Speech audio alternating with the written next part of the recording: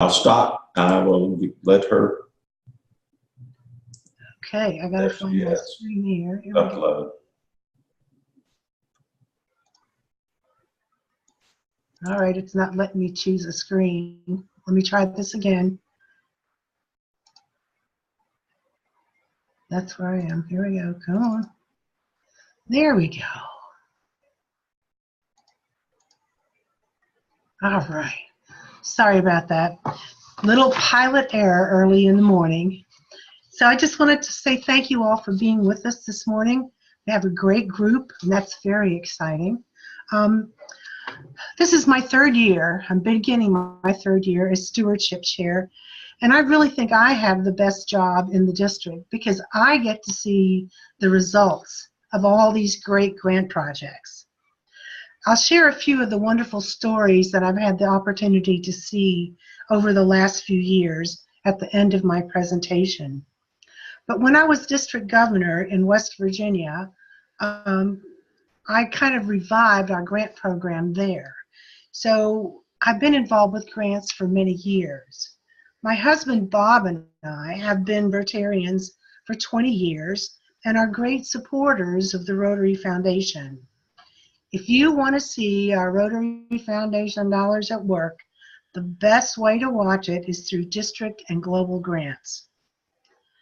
Now, this is our Paul Harris Fellow, Drew D'Alessandro, who is our older grandson.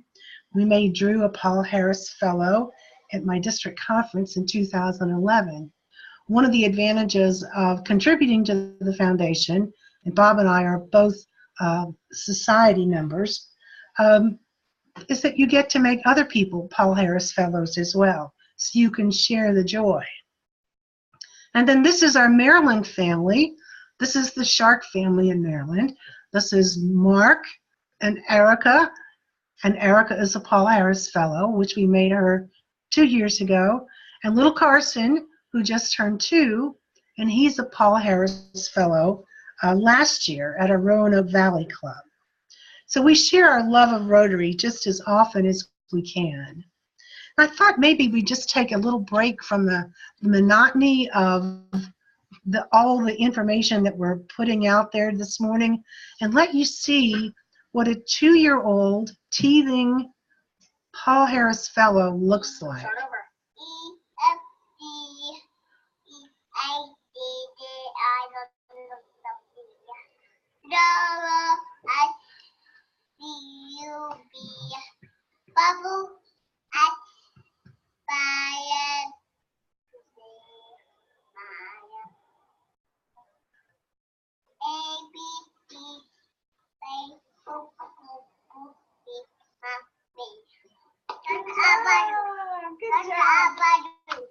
So he is a joy in our life. We just have really enjoyed that child.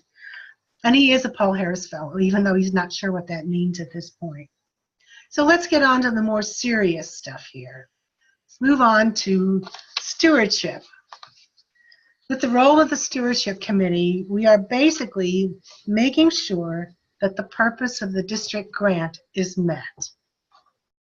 When the committee was formed a few years ago, they came up with a list of responsibilities, and this is a summary of them. Each year, the grant committee reviews the guidelines that have been developed to make sure that we still meet the current needs of the grant process. We review the grant management practices for club and district grants to make sure that they are still relevant. Monthly, we review the status on open global grants and notify the authorizing clubs of any reporting deadlines which are either due or past due. Stewardship also helps the other grant committee members in the preparation and execution of management training sessions such as this one. It is also important that there is never any conflict of interest on any of the grant projects. Any misuse in related activities must be reported directly to the Rotary Foundation and following our established process here. While these items are very detailed and cover many areas of the grant process, with some specific items listed. It goes from management practices to reporting to monitoring to evaluating to helping to prevent conflict of interest to resolving issues of misuse. And it just seemed much easier to say that we are the guardian angels of the grant process. So let me introduce you to your angel team this year. The Stewardship Committee this year has 5 members. I am the chair again. Herb Reinhardt from Warren County is on our committee, as well as Keith Dance, Peter Fields, and Al Skanga, who are at the Roanoke Valley Club, which is my home club. And our goal is that each grant is successfully completed in a timely manner. Our district established guidelines for both single and collaborative grants, which you've heard about today. And those documents are listed on our district website. The guidelines are reviewed and adjusted each year as needed, and they apply to all grants, large or small. All grant funds must be used as intended, so accountability is essential to good stewardship. Since we are using funds which were originally Rotary Foundation donations from Rotarians in our own district, we must be responsible for their use. And finally, all grants are treated equally. This is the 4-way test applied to our grant process. After the grant is approved and funds are allocated, we are given a list of new grants and a committee member is assigned to each of them. So you each have your very own personal guardian angel. We usually make those assignments in October or November and then contact each grantee offering our help and support throughout the grant cycle.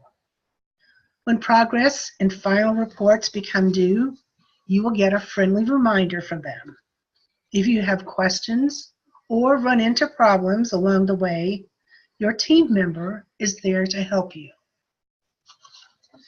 When you file your progress and final reports, we will review each of them and report any major problems or concerns to the Grants Committee. The final reports must be completed by May 15th of 2019 for this current cycle, so the Grants Committee can begin the application process for funds for next year's cycle. We're on a very tight turnaround deadline there, so those deadlines are very important. All final reports are reviewed carefully before we consider the grant closed. We must make sure that all receipts match the listed expenditures on your budget. We have to verify that your club's financial contribution to the grant project is at least 50% of the total cost. That's one of the guidelines in your list. You must accurately complete the financial report and answer all the questions in the grant process or the final report. And the reason that we ask you to do that is that we actually use that information in determining how effective we are with our grant monies. We estimate the number of Rotarian hours in the project. That lets us know how effective we have been in using our volunteers. If you have pictures, articles, newspaper reports, send those with your final report. That's great information to keep because we store all of that. Also list the beneficiaries of the project. There are sometimes side beneficiaries that were suddenly, included in the mix, which was not really planned for. And is the project sustainable? The only reason we really ask that question is because, and especially in a project, for example, a playground, if you have built a playground, is it just going to sit there, or is a park committee going to take over the maintenance of that equipment, or perhaps even a school? So sometimes we need to check and make sure that the project is sustainable. And of course, make sure that all the signatures and dates are correct and complete. If problems happen within the cycle of the grant, oops, excuse me. I got ahead of myself. There we go. If problems happen, it's easiest to address them right away. And each year we always have a few grants with problems, but we seem to find ways to make sure that the grant can be completed. Your communication with us is the key.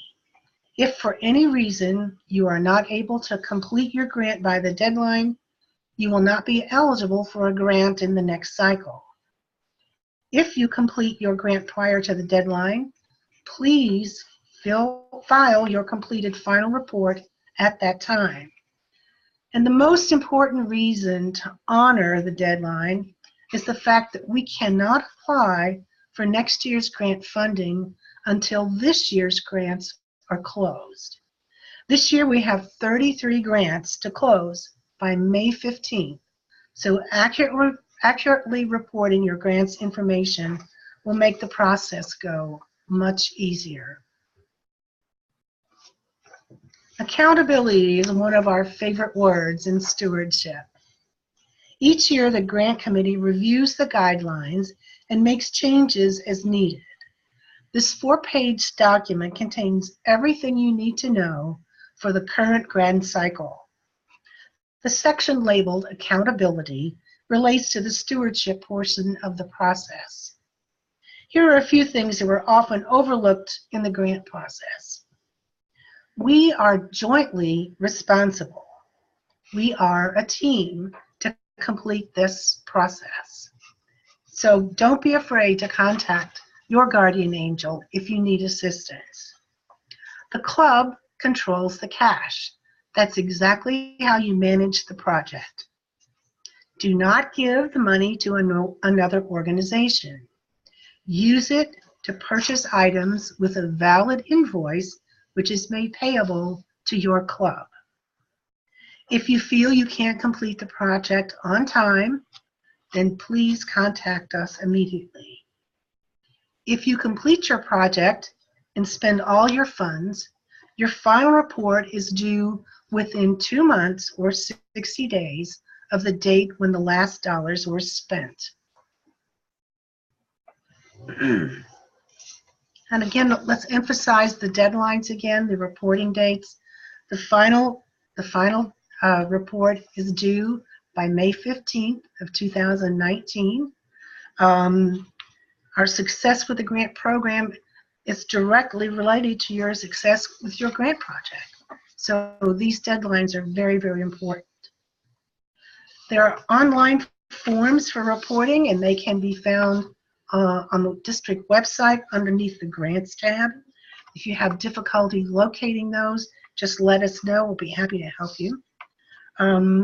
If you are ready to complete your report, please make a paper copy of the information that you'll be entering into the report because it cannot be saved. And it's a rather lengthy report, so if you're going to put all the information in, you need to do that step by step. What else? Oh, the progress report, I believe, is due January 31st. It's very similar to a final report. It just lets us know that you are making progress and that your project is headed toward its conclusion. Be sure and put all of your expenses that you have receipts for each item purchased and processed in that report. Those receipts are very important. Now I'll share a few grant stories with you. And this is where the fun really begins. We had one club who did the little libraries, but they did it a little different. They went to a school and asked the school if their Interact club would find a place for these little libraries in the community. So the Interact club got involved, and found the locations for the libraries. Well, then they took the plans for the libraries and asked if their woodworking shop at school would be interested in building the libraries. So they bought the materials, and the woodworking class built the libraries. So when it came time to plant the libraries, the woodworking kids, the Interact kids, and the Rotary members put the libraries in place and stocked them with books. So what started out as a project for just some Rotary Club members grew into something that touched a lot of people in a lot of good ways. To share the fun story, another club decided they were going to do backpacks for the kids.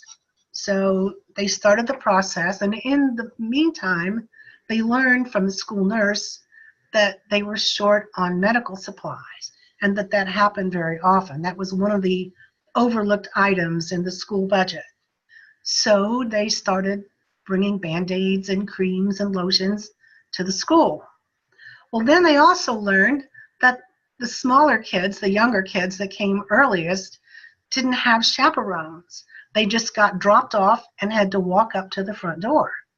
So the Rotary Club members volunteered to be the chaperones for the little kids in the mornings and in the evenings. And they got to know the kids by name and their parents. So what started out as a backpack program grew into a really good partnership, which at last I heard it's still continuing with the greeters for the children. And to communicate problems as soon as possible, we had one grant, and I believe it was last year, that was designed to be scholarships for teachers who could not get all of the supplies that they wanted for their classrooms. So this club decided that they would offer these scholarships to teachers.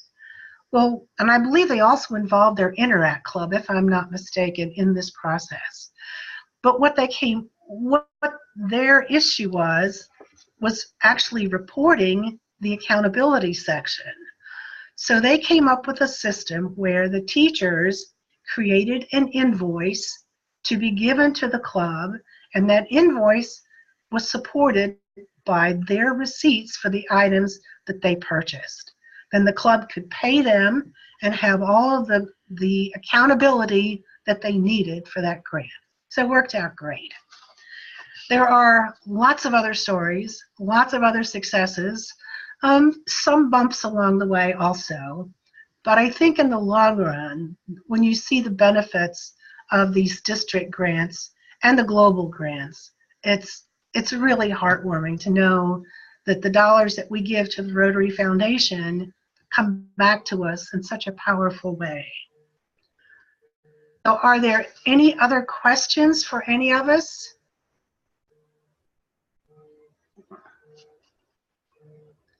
Okay, it's quiet. I guess that's good. Let me see if do I unshare this to bring everybody back? No. All right, guys. I will tell you that we appreciate your participation today. I know at one point we had 52 people on the webinar, which is great. We appreciate all of your participation. If you have questions, please feel free to contact any of us on the District Grants Committee. We'll be happy to help you. I will also tell you that our grant management webinar, the session that you have just seen, will be available in complete form, hopefully within the next few weeks, up on our District 7570 website. So unless there are other questions, do any of our other members have anything else they'd like to say? Mike, Diane, Michael? No, just thanks to everyone that participated. Okay, great. Well, we thank you all for your participation, and keep those grants coming. Thanks.